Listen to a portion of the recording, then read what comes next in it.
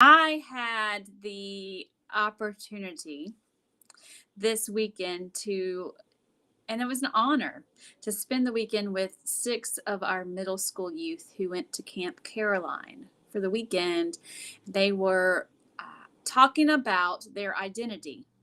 And they were learning about their identity and given some moments to reflect on who they really are.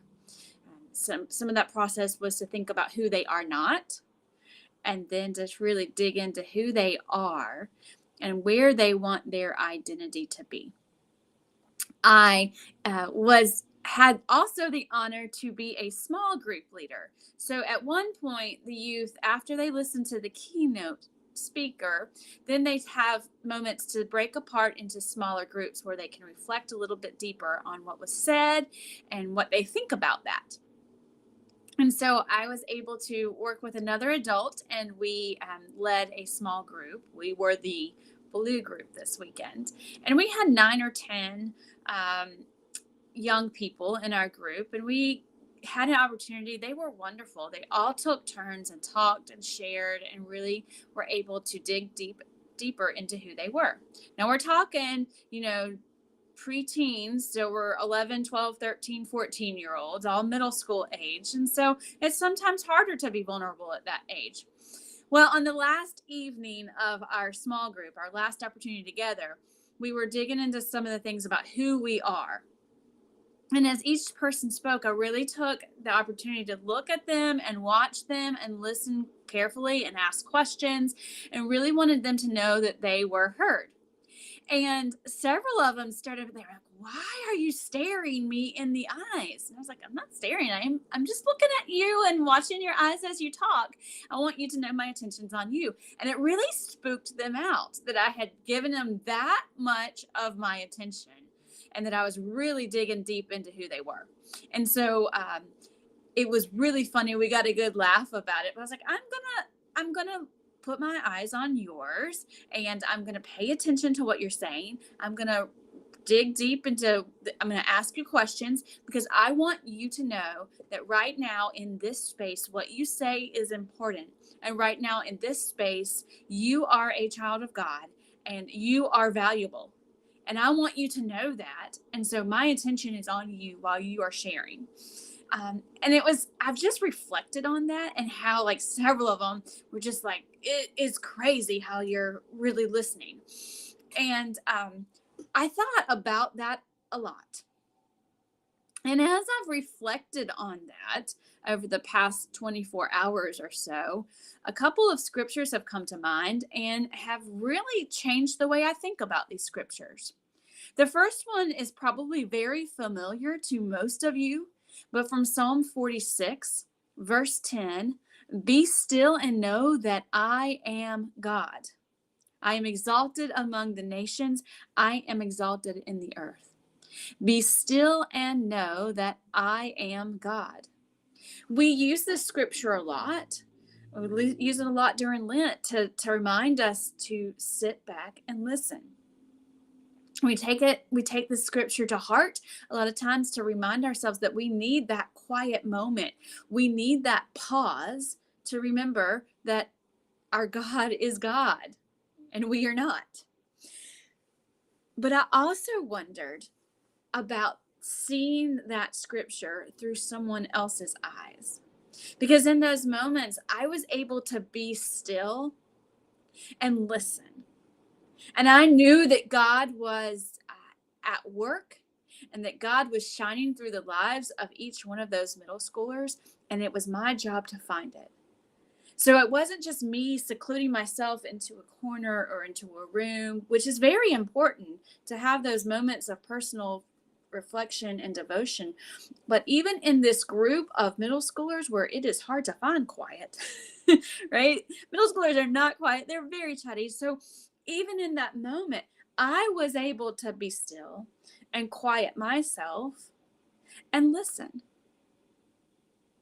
And I was listening for the voice of God through each one of these young people. I was listening for how God was at work. So the "be still and know" can be used in our lives as we interact with others.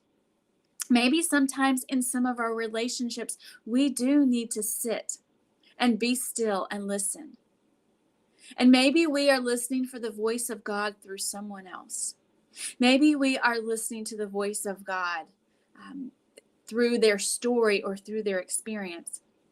And maybe by us being still and by us listening well, we can show that God's love is right there, is right there. So the other story that came to my mind as I was really reflecting on this and thinking about how, sometimes all of us just need to be heard.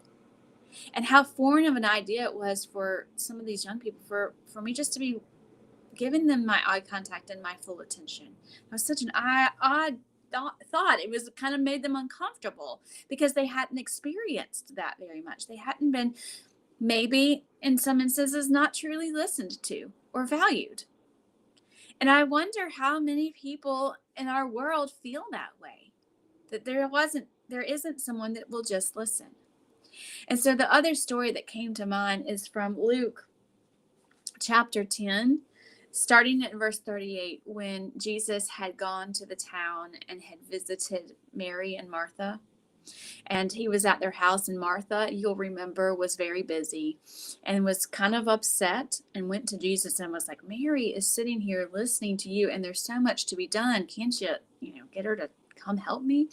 And Jesus said, hold on, Martha, you're letting too many other things distract you. Mary's actually doing what she needs to do because I'm not going to be here that long. So she needs to be sitting here listening. And so I think that's good, and she needs to stay, right? That's kind of how the Mary has chosen the best part, because it will be taken from her, because Jesus kind of knew what was going to happen.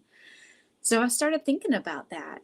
And in those moments with those young people, but the weekend doesn't last forever, right? We're only with each other about 48 hours, maybe a little bit longer, that they need to know that they are valuable.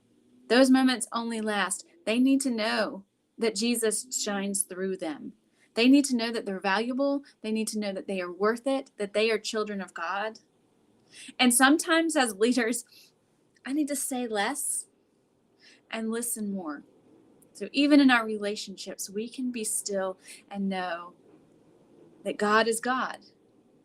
Even in our relationships, even when we're interacting with other people, even when we are going about our day, if we just take a moment in our busyness to still ourselves, even in the midst of those around us, we may find God right there.